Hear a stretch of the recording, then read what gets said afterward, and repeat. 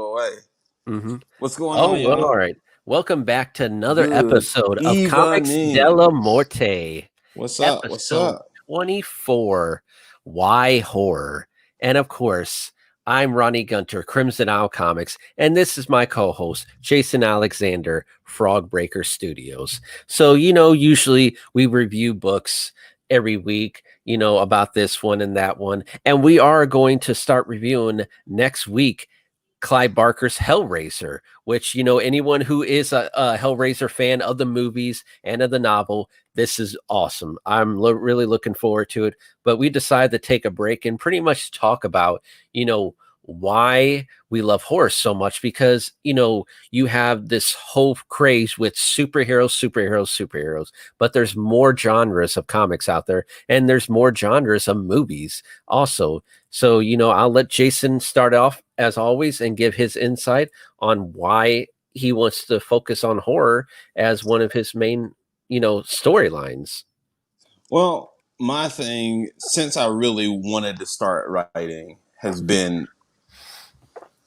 I believe in relatability. I believe in Mhm. trying to connect with as many people as you can with a subject, whether it's personal or whether it's just something that you think would make an interesting storyline. Like the goal is to connect, and I think that Hey, Gary. what's up, Gary? And I think that horror is like the quickest bridge hmm to connect with people because we all go through stuff that's hard. hmm And when you can amplify that to a point that will just kind of like shock people into listening, but they get to, it just kind of gives you another dimension. So Yeah, for sure. like I said, y'all know from like how we started the channel, I haven't lived in the horror world much, but knowing what I wanted to write, I could only really get inspired from things that were darker. hmm And, you know, as a young man, most of my dark experience was Twilight Zone and like a few movies that fell through the cracks, but it was nothing I would hmm ever revisit all the time. But, as far as comics go, I didn't really have any experience with horror comics before we started this. So, like, that's a whole other dimension. And it's like with doing Hellraiser, speaking of dimensions, um, this is a whole world like that's super important to the horror genre that I'm really going in almost completely cold. Like, yes, obviously, if you understand pop culture and you're around my age, you know Pinhead. But I've never seen any of the movies.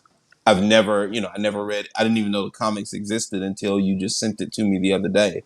So, like, and it's a whole legacy, like, not only with the movies, but that's 500 pages of comics. Yeah, That's which not we'll be some, reviewing next week. yeah, You know. like that's not something that just pops out. Like hmm that's a legacy. Like if you get 500 pages of a story out, like that's multiple graphic novels. Yeah. So this is obviously a story that's important, and like flipping through it, the hmm artwork is fantastic, and it's horror artwork. So Yeah.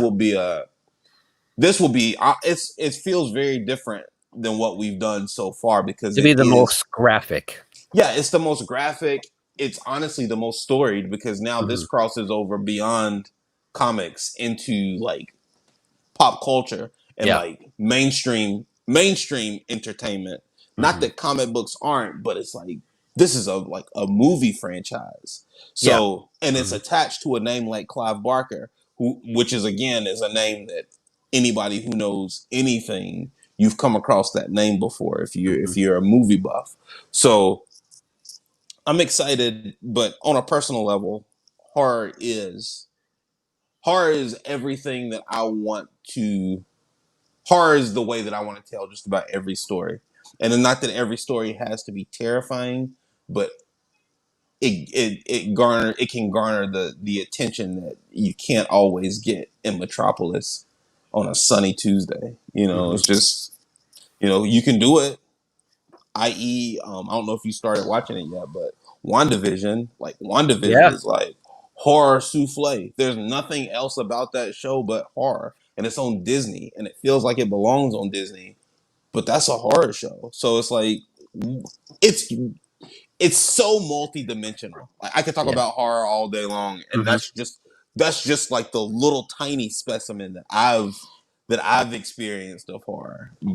So I plan Yeah. on like adding my little tiny piece back, Hmm. but there's so much left to learn, and like that's what you want. You want to be able to drown in something. Number one, for somebody like me with anxiety, because I can cut out a little corner in horror and I can have a Hmm. blast, and nobody will ever look at me unless it's time. You know Yeah. what I mean? But I can take my time and I can cut my teeth and I can learn and I can talk to people like you and I can find awesome artists like Aaron who gets my vision when I write horror, because he's got that dark mind too. Not Hmm. everybody has it. You see it when you draw. It's just that there's a justice that should be done to like what I believe true horror is, Hmm. and it's I don't know.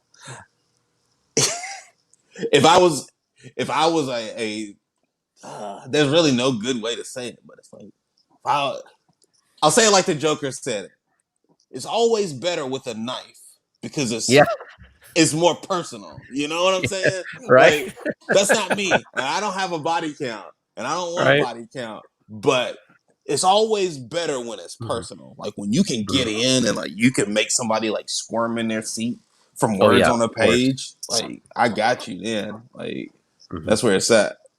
And So that's pretty much why I love horror so much, because I have come from a family, my brothers here in the chats, that us as little kids, now let's look at the chat. instead of watching cartoons a lot, me and my brother would watch horror movies. One of the first horror movies I can imagine is Dream Warriors, Nightmare on Elm Street 3, and pretty much watching that genre of movies, it's one of those great things that where the villain is the person that people cheer for a lot of times, because especially with like Jason or Freddy, because most of the time in superhero comics or superhero shows you're always rooting for the hero, but it's like everyone has their list of, besides their favorite superheroes, what's their favorite like 80s movie slasher, or what's their favorite like universal monster, because Yeah. that's what it is.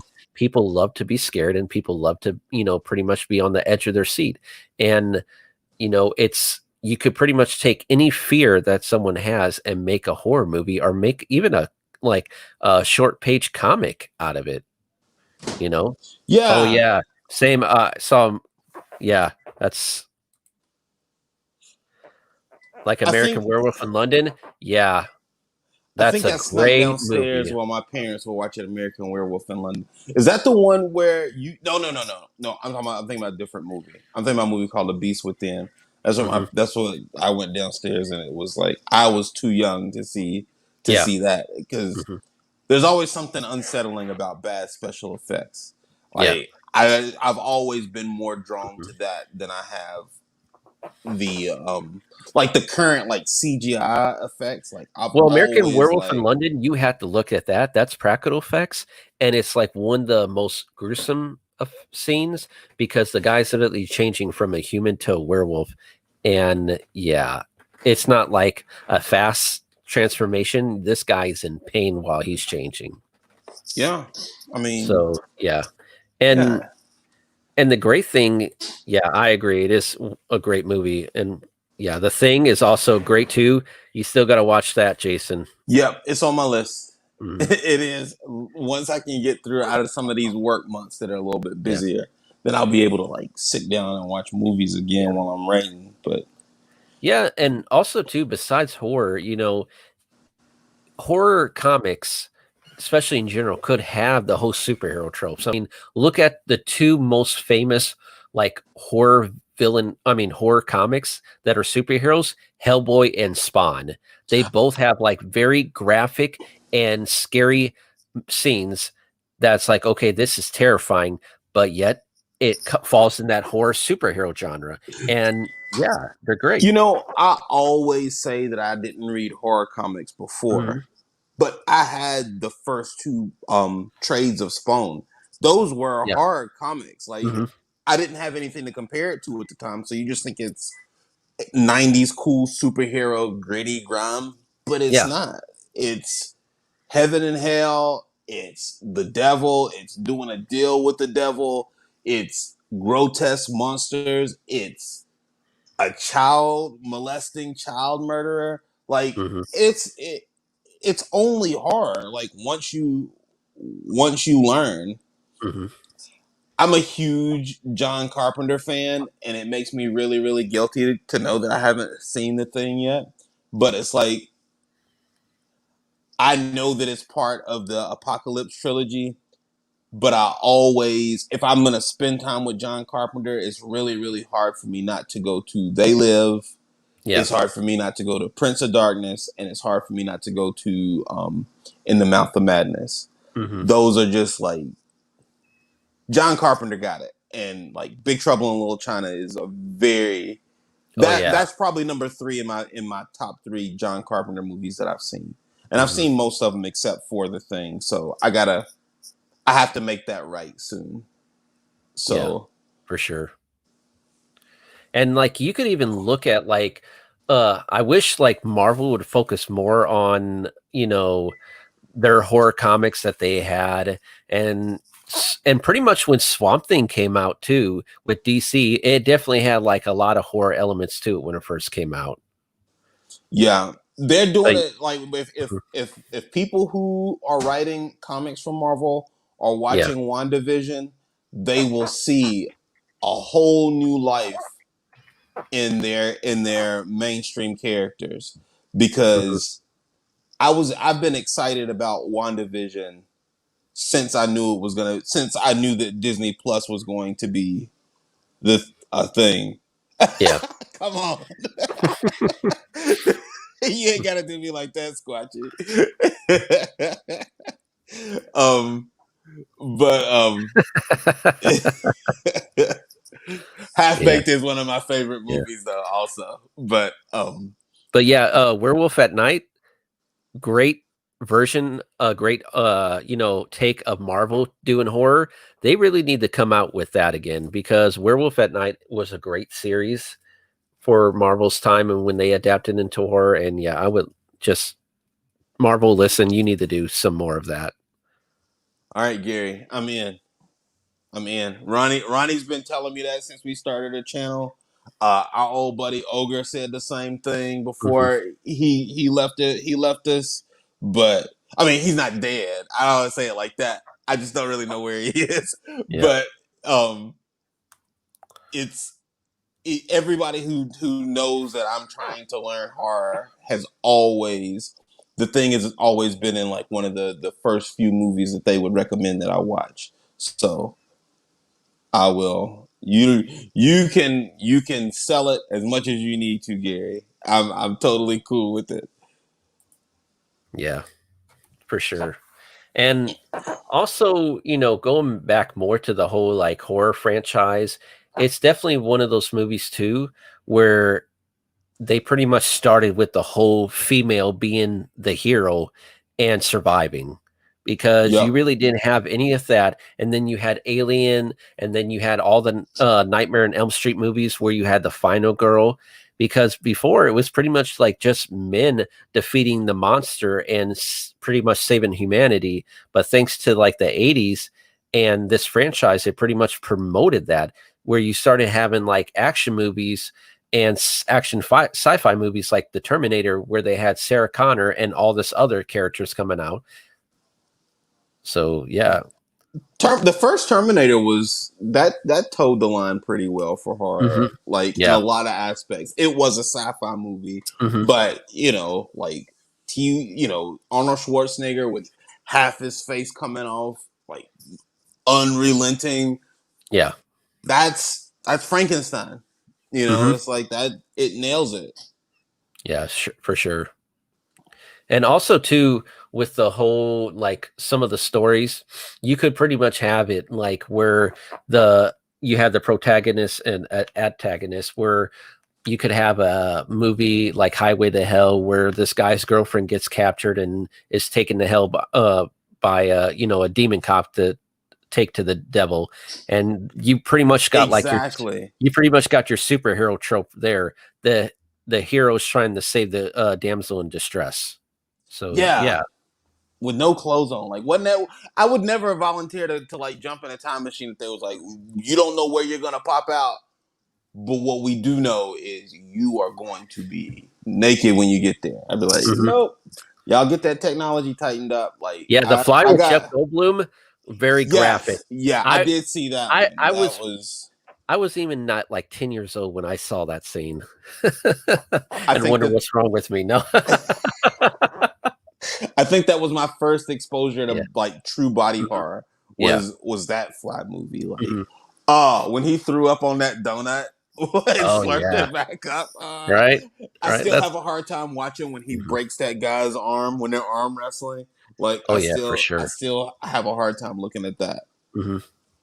And also too, what's so great about horror is that yes, you have limits on some things you could write, but you could go way out of the box than you could with the superhero. Because with superhero comics, you can't really have the hero be busting a person's head in or doing stuff like this. And that's why this genre is like actually really fun for me to work in, because you could have that hero. It's like, okay, I'm gonna save the whole world, and in the process I get to make kill this monster and have an awesome like kill scene, you know. Yeah, a Mhm. bloodbath. Like you get to Yeah, be the pretty much. hero, but you get to be in the bloodbath. Like that can just be your shit. Yeah. You know Yeah, what I mean? because in reality, if you have like some supernatural creature, the first thing you're gonna do is not, make it pass out so it could be like locked up or arrested. No, you're gonna kill it. I'm So, gonna put it in it a wood really chipper. exactly, exactly. Yeah. And it's just one of those things that also you could take like Squatchy in the chats. How many horror movies out there are like about Bigfoot and the Loch Ness? Oh, I mean, anything like that, Yeah. Harry and the so Hendersons. much. Yeah, I No, mean, right?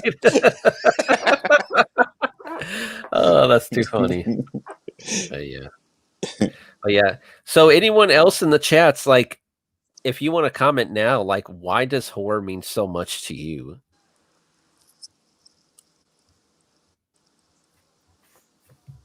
Let me see.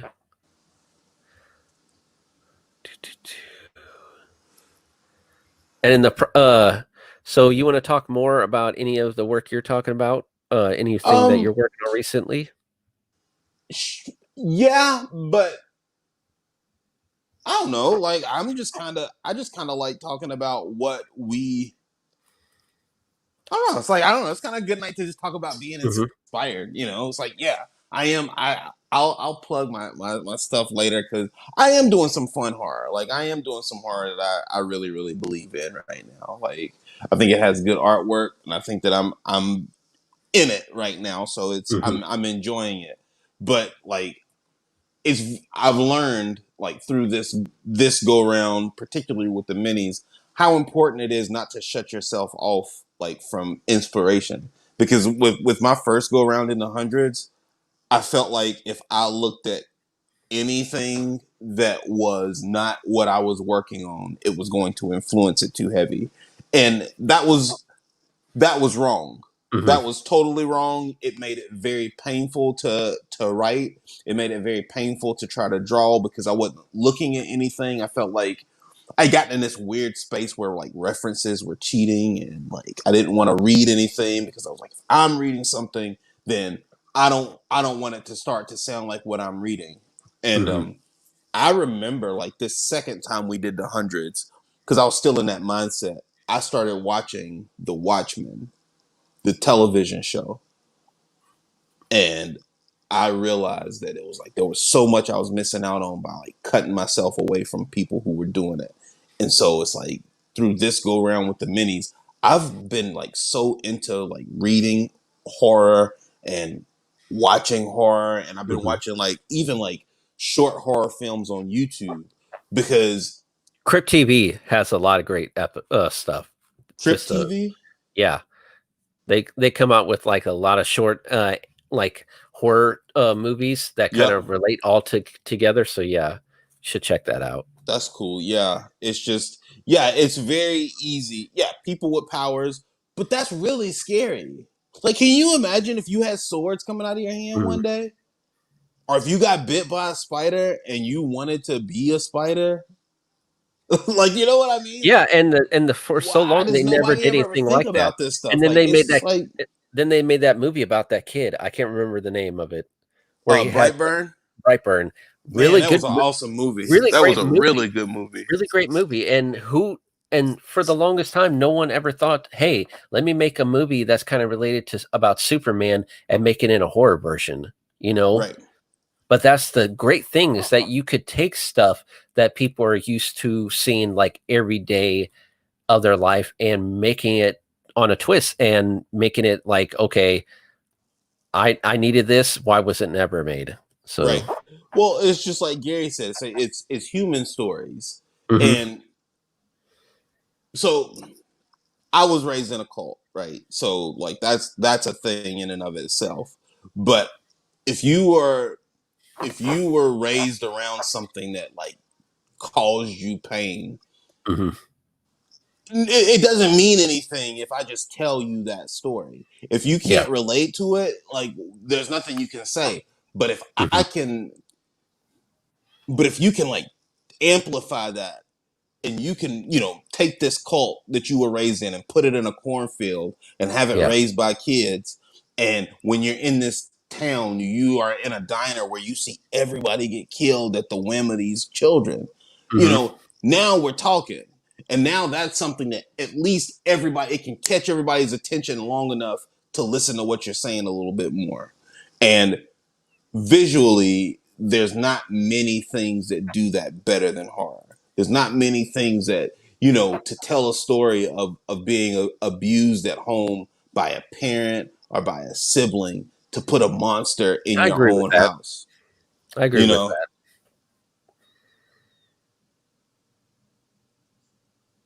Right. Mhm, Well, but we are. Like, yeah. I don't know if you noticed it, Gary. It was like a few. I don't know. It was like when I first moved. So it must have been like September. I had started doing these little short captions on Instagram of Superman, but having anxiety. So if I was blowing leaves outside, I would like crop out the actual leaf blower, and I would just be like, Lois wants me to come home and blow leaves, like when she doesn't realize that I've been out saving the world, and she doesn't even know that there was a meteor that was about to hit Earth that would have put a hole in Kansas. All this stuff that he does. Yeah. But no, I get what you're saying, Gary. Mhm. Like it's it's just time for people to get there to it's time for people to have their attention taken again. Yeah. Nobody's trying to take anybody's attention. They just want to Mhm. flash them. Like, let me flash you real quick and see if I can like wait for your eyes to redilate so you can might want to stick with it and see if I can flash you again. No, like I want to read. If I'm reading comics, I don't want to flip pages. I want to read.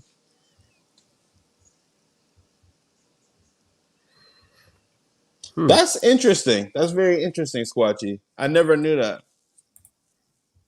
But yeah. And also, I mean, if you look at a lot of like genres, like there's a lot of cartoons out there that started off with cartoons and then they try to take the cartoon and put it into comic book form. Sometimes it doesn't really transition that well, but after reading like a bunch of horror comics that started off with movies, like with Hellraiser, we're going to start reviewing next Yep. week, you could literally see how it pretty much does a really good job of transitioning from like, okay, we can't do some things that we do in the movie, but we could do things that we could do in the comic that is kind of really hard to do in the movies as well, even no matter how matters how much money you could put into sci-fi. Well, a perfect example of that, Ronnie, is Spawn. Mhm. Is the fir- is look at the first few episodes of the Spawn animated series Yeah. which was a almost a direct port from the comics, Hmm. but they couldn't really tackle Billy Kincaid in motion pictures in a superhero motion Yeah. picture Hmm. when Spawn live action came out. And it, even if you had never seen Spawn, it felt watered down. I Yeah. loved it, but it felt watered down from what you would expect if you had been reading Spawn in 1992.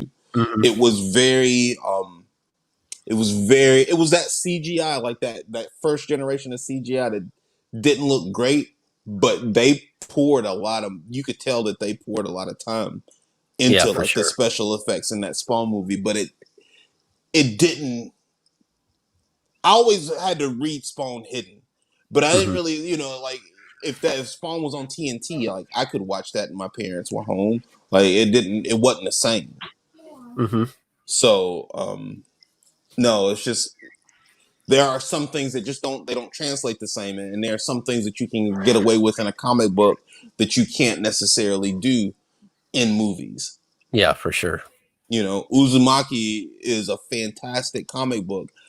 The things that I've seen on the movie, like there's some like intense scenes, Hmm. but it does not capture me the way that the book does. Yeah. It's very hard for me to like flip through Uzumaki and not want to read it. Hmm. Wolverine is intense and he's Yeah. salty Hmm. and he's ornery and he's old and he's got like knives. So yeah, I mean he's strong. So Yeah. Hmm. But that's another thing of one of those characters that if you really sat down, you could make like a very graphic horror version of Wolverine, you know, which if I'm not mistaken, you have oh, what the heck is the creature's name? He's in Marvel. Starts with the W. Brain, grown. Wolverine. No, I'm No, joking. no, I'm no. joking.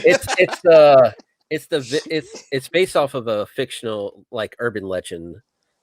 Oh my gosh, it's at the tip of my What? tongue. Wendigo? Wendigo. Yeah.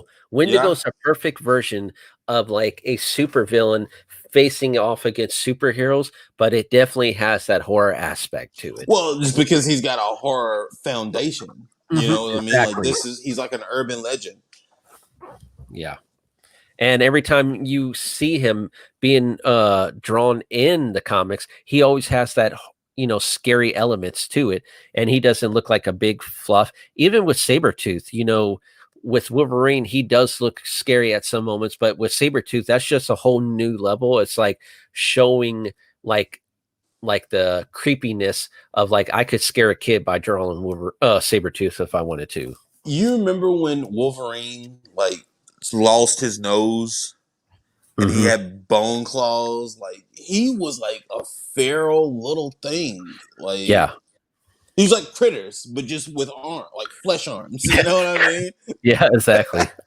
But it's a there's there's something to be said about horror, man. Like Hmm. there really, really is. And when you brought like the idea of the show to us, Hmm. I honestly felt like it was just going to be that 60s pulp stuff, that we No, reviewed in those I know first a lot couple of stuff. episodes. Nah, like we went all over. And I enjoyed even that more than I thought I would. Yeah. Mhm. But, we went from that to Russ's book. And then when we started Uzumaki, man, I was like, Yeah. oh shit. Like these are my people. Like this is Mhm. what I knew I wanted to land in comics, but you don't necessarily know where you want to land. But when you find it, it's like, I EC don't know. Comics. EC Comics are the best. I still got to try to find a way to get my hand on those because you got, Tales from the Crypt. You got so many books that EC Comics made, and you mentioned Tales from the Crypt from anyone from our generation. It's like, yeah, I used to watch the TV show, but it came from comics first. I mean, when you see the Crypt Keeper opening up the book and showing the image of the story, that's actually the front cover of the story that they're going to be talking about that was first a comic book. And that just shows how, some of the very first comic books that were made into movies weren't superhero stuff. It was actually horror stuff, Yeah, but it's like, what would you want in that time? Like, Hmm. you want to laugh, and sometimes you want to get scared past, just like kind of like where we are now. Like, sometimes it's good to be scared with something that is not in your face. Sometimes it's good to have like that scary feeling, but it's not what you have to go outside and deal with. Creep Show, yeah. I watched Creep Ryson, Show so many times at the laundromat. Like, thanks for yeah, the but ride, lady. yeah. But Creep Show, like Gary's saying, Ryson actually started illustrating a lot of those stories. And if I'm not mistaken, Stephen King actually wrote some of those Creep Show comics. Yeah, I think you mentioned that when we were doing Frankenstein. Yeah, yeah. So it'll just be great to like just go into that because you have like with Clive Barker and Stephen King, it's great to see like people who literally wrote scripts and wrote novels on horror to actually see them go transitioning into writing horror for comics as well. Yep. And that's just really great to see the transition, like how many people could really do that and pull it off so well Well, I, because I think Clive. if you're a good artist and you can Mhm. tell a story and you have a good story on the other side of it, it has to exist. And like, look at those pages in Frankenstein. Like, Yeah, if you knew you were working with Bernie Wrightson, like, you're going to bring it. Like, you're going to try to justify everything that he draws, and you're going to try to elevate anything that you wanted to visualize in this world with your words. yeah, So I would think that would be a safe bet, Gary. I think that mhm, Stephen King would be in the EC Comics. yeah, I really want to run into that guy one day up here. for Like, sure, that for would sure. be that would be something. Like, that would be awesome. One day. And speaking of horror, I know I showed Jason. I'm gonna show more of my horror comic that I'm working Yeah, on. do it up, Ronnie. All right, let's see if I could get it going. Nope, there's that.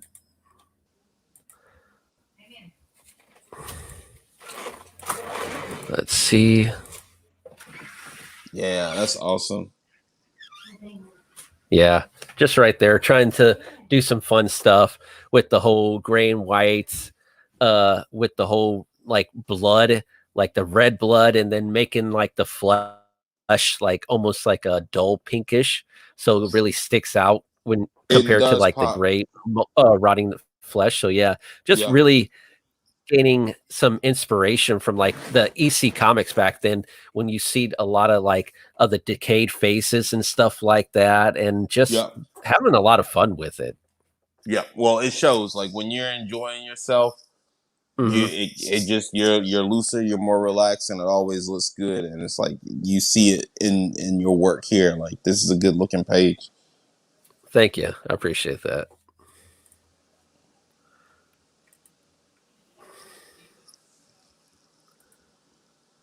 Thank you, Gary. I appreciate that. Yeah. So yeah, I mean, this episode ain't gonna be too long because, you know, we wanted to just since Jason is going to be Jason's first like review on anything Hellraiser, we just wanted to give him like extra more time to dive into it because it Right? is Yeah. it is a 500-page book. Of course you have the other individual issues, but I'm like, if I could get my hand on like the actual volume one, where it's like everything together as chapter one, two, three, four, Yeah. yeah, most definitely. Yeah. Like, you found a cool one, so Thank you, Squashy. I appreciate that.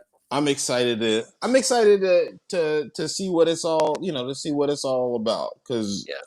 it wouldn't be the franchise that it is if Mhm. it wasn't a book, if it wasn't a story that was worth exploring. Yeah, So, for sure. I just wanted to make sure I gave it time. So I just didn't, I didn't sound like somebody who didn't put the time in on a Mhm. franchise like that. So, Yeah, and then then you won't hear me saying, "Oh, I like this and like that," because I'll do a lot of spoilers because just looking at this, if anyone doesn't know, the book that we're gonna review, it is written by Clive Barker, and Clive said that this is a continuation from the second movie. So anyone who hasn't seen those movies, pretty much this book is going to be almost like a spoiler because you pretty much don't know what's going on. So there's probably going to be a lot of Easter eggs and just a lot of nice touches there to see how he pretty much wanted to take his original idea and finish it instead of like yeah, the whole sequels that came out after he stopped pretty much working on them. yeah. Well, that means that you're going to have to lead the way on the reviews for this one because you'll know exactly where it should hit. Right, right. Yeah, because I mean, with the book ahead, I mean, you have besides Pinhead, you have so many iconic characters that you're going to have in there. So yeah, just got to do it right with justice. Yeah, it deserves like Clive Barker deserves it. You know what I mean? Mhm. Like For sure. that's a industry name. That's a household name. So Mhm.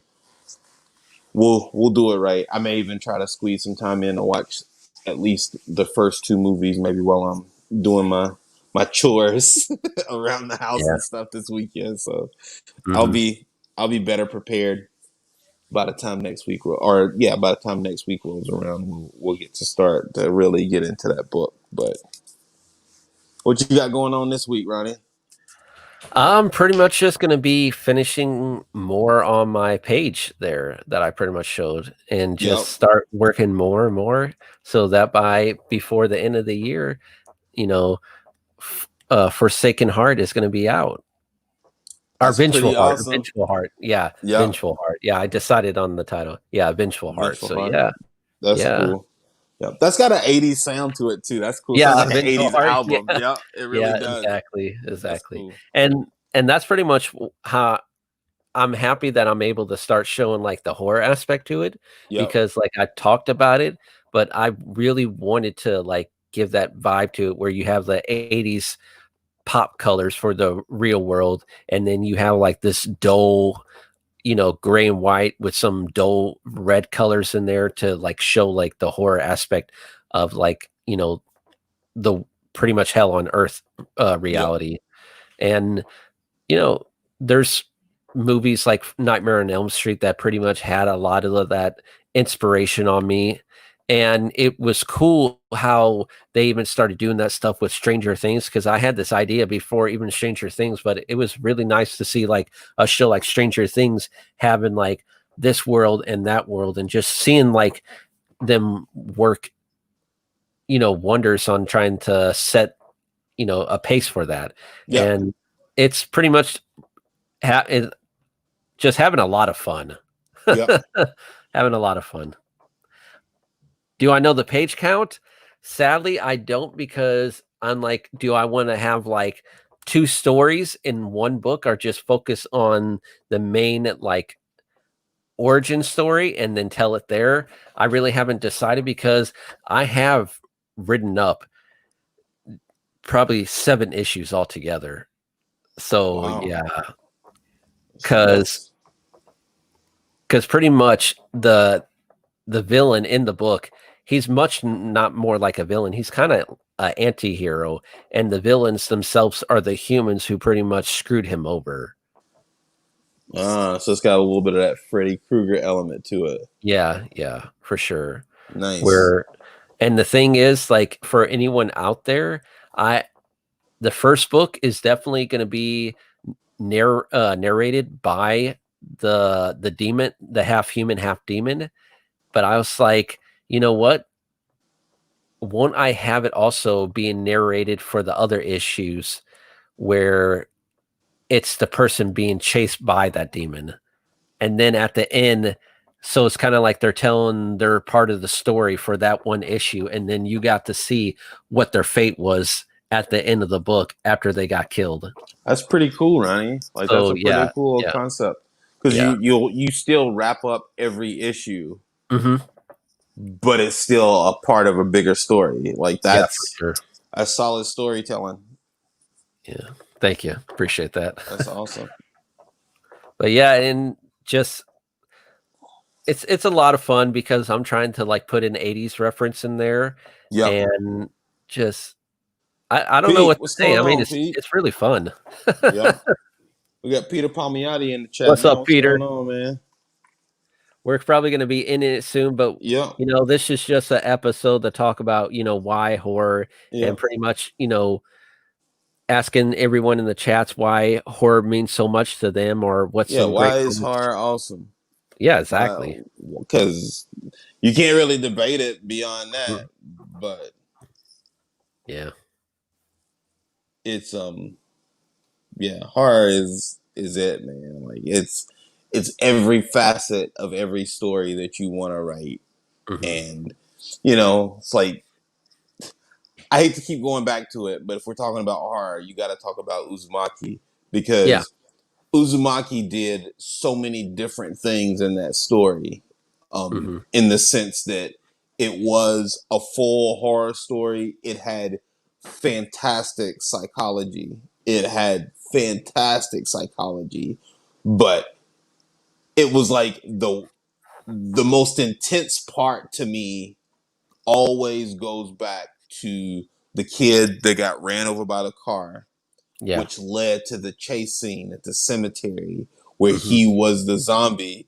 But and it was like the the writing of that story is so good, like as a whole. But that's like a stretch of pages. It does not have a lot of dialogue in it, and it's Hmm. just it was a huge part of that frenetic tension that I try to build when I Yeah. write, when I'm writing horror anyway, because it's just like that's what you want to accomplish. You want to accomplish that feeling where your eyes are like all over the page if you're reading it or you're looking at what somebody else has drawn.